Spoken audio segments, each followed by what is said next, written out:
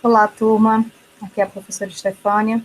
Hoje nós vamos ver noções de estatística. Vou compartilhar minha tela aqui com vocês, tá? Consigo.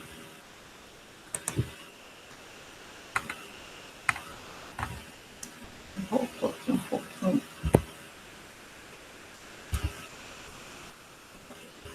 Mas antes de falar sobre noções de estatística, eu gostaria de explorar o tópico das nossas próximas aulas. Nós iremos falar sobre análise de dados.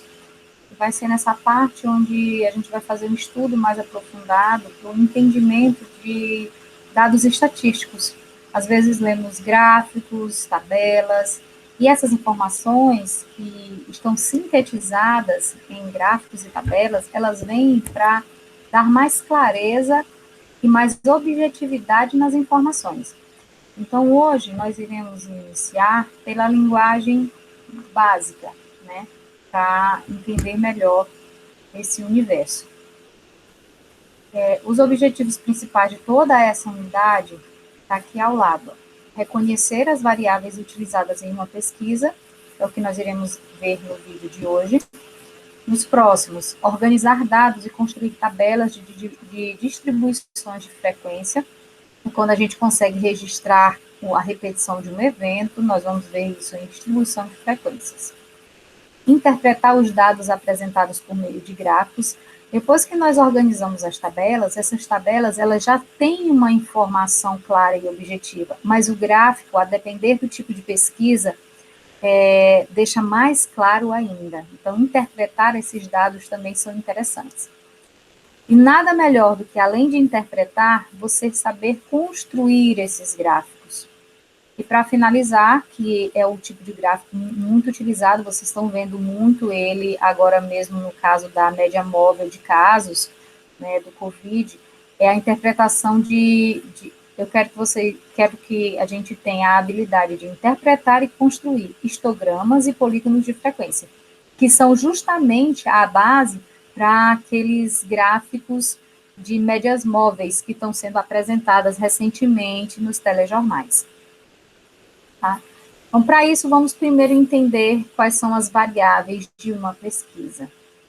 As noções iniciais é população, amostra e variável. A população, o próprio nome já está dizendo, é um todo. População são todos os elementos que compõem a minha pesquisa.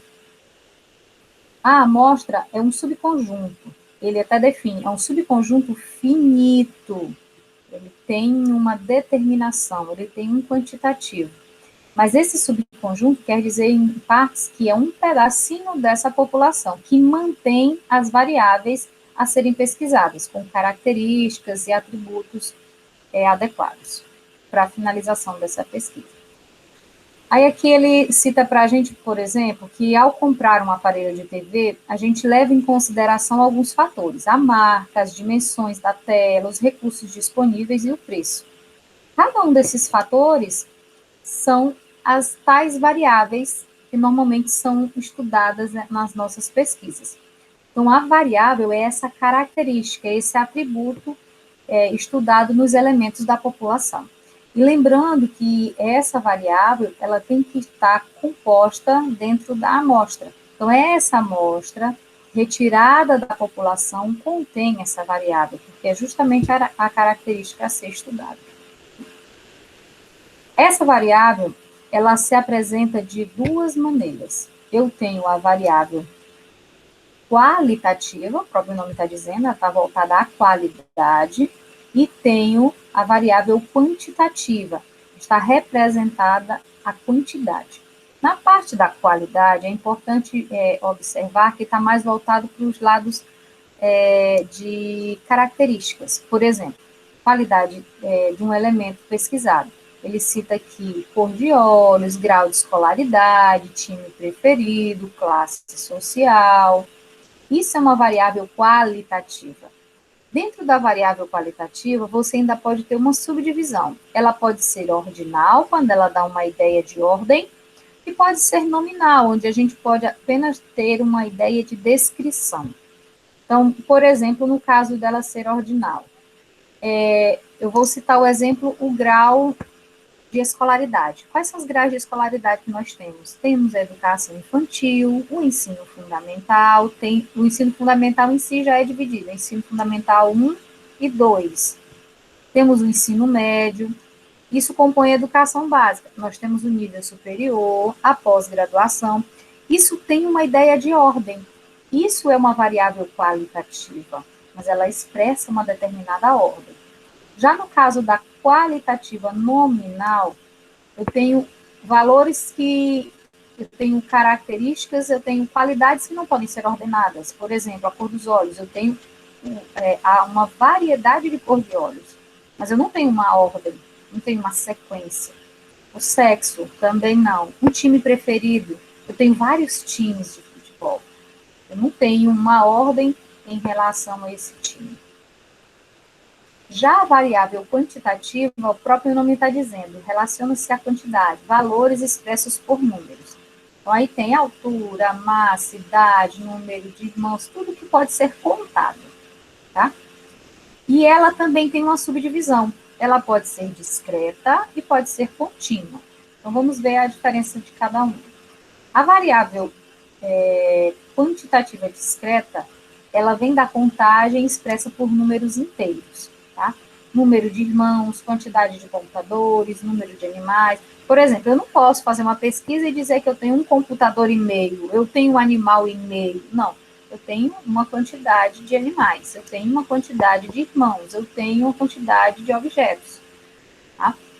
Já a variável qualitativa contínua, ela vem de medidas. Então, ela pode ser expressa por um número real. Quando ele fala do número real, o número pode até ser inteiro, ou não.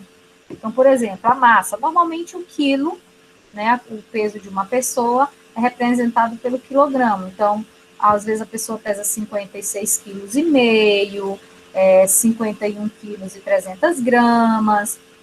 Isso é uma variável contínua.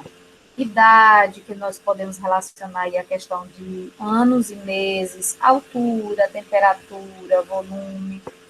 É um dado que pode ser quantificado, mas a gente representa ela de forma contínua pelo fato de não representar apenas o número inteiro, e sim o número real, onde ele abrange aí tanto o número inteiro quanto o número decimal. Ele mostra para nós um mapa conceitual finalizando esse contexto. Então, nessa página, nós vimos população, amostra e variável, onde a população é o meu todo em relação à pesquisa, a minha amostra é um pedaço desse todo a ser pesquisado, e a variável é a característica a ser estudada. E dentro da variável, nós temos algumas particularidades. Aí o nosso mapa conceitual nos define que a variável ela pode ser qualitativa ou quantitativa. Ela sendo qualitativa, ela pode expressar uma ordem, ordinal, ou nomes, nominal, onde eu posso apenas descrever.